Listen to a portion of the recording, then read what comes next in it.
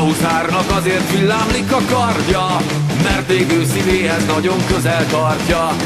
Innen a huszárnak minden karcsapása, a tüzes mennykőnek egy mestervágása. Egy szíve, egy hazája, felhőt szánt a szabjája.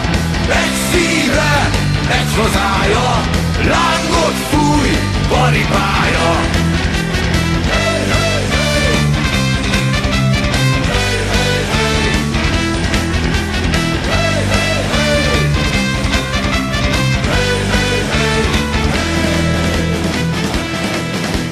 Mikor a huszárok csatába indulnak, az Isten szeméből örömkönnyek hullnak.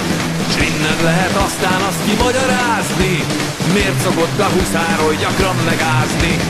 Egy szíve, egy hazája, felhőt szánt a szabjája. Egy szíve, egy hazája, lángot fúj, paripája.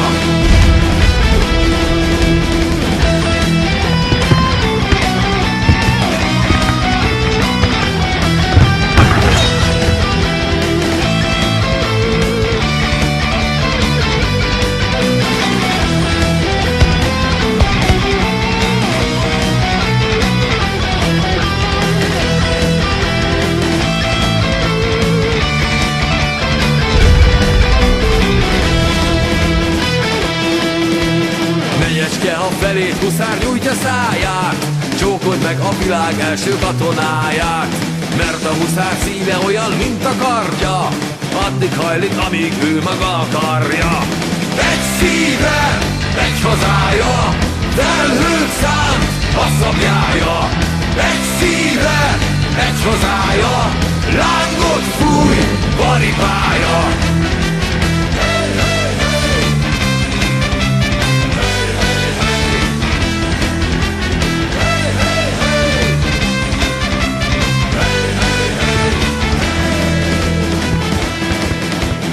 Ki a szabadságért harcol, mint halálig, holta után tüstént egy csillaggá válik. Ha én Isten volnék, csak azt vinném végbe, hogy lóháton menne a huszár az égbe. Egy szíve, egy hazája, felhőt szánt a szabjája. Egy szíve, egy hazája, lángot fúj,